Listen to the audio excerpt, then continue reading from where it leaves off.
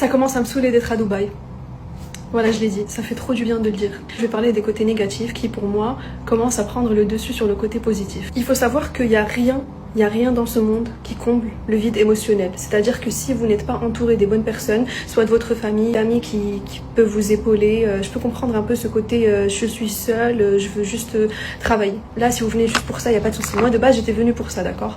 Donc, quand on vient pour ça, on reste pas longtemps. Donc, moi, je suis en pleine remise en question de, en fait, je suis venue pour travailler, pour carburer, et c'est ce que je fais. Mais est-ce que je me projette ici? Parce que le côté émotionnel n'est juste pas là, en fait. Il n'existe pas.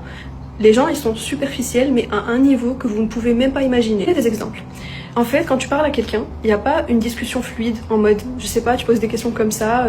C'est pas, en fait, c'est un process, d'accord? Comment tu t'appelles? Tu viens d'où? Tu habites où? Ok, ça c'est la première question qui va leur permettre de te classer, d'accord? En fonction de où tu habites, la personne va comprendre un peu où te classer.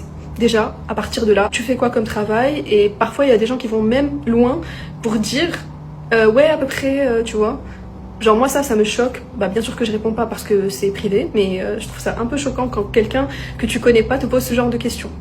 Et c'est pas arrivé une fois, pas deux fois, pas trois fois, c'est vraiment le même schéma en fait, comme si tout le monde avait appris le même process et que tout le monde disait la même chose. Ok, c'est un ensemble de 5 questions pour te classer, c'est pas un ensemble de 5 questions pour te parler, pour te connaître. Donc dès que ça te classe, en fonction de ça, le comportement il change.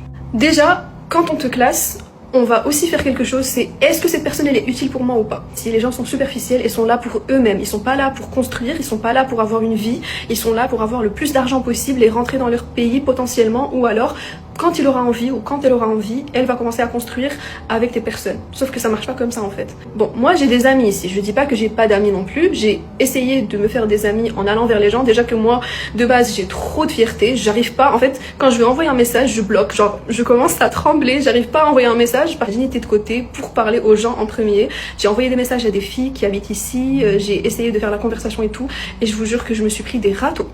Voilà, pour vous dire, je me suis pris des bons gros râteaux et je l'ai pas fait une fois, pas deux fois, pas trois fois. C'est triste parce que la vie c'est... En fait, la vie, c'est pas que le travail, c'est pas que l'argent. La vie, c'est profiter avec les gens, partager des moments, partager des sentiments, parler de choses qui sont très deep. On est tous expatriés ici et pourtant, on n'a pas envie de rencontrer des gens. Ou alors, quand on les rencontre, c'est parce qu'on en a besoin et on va juste rester dans le superficiel. C'est vraiment triste.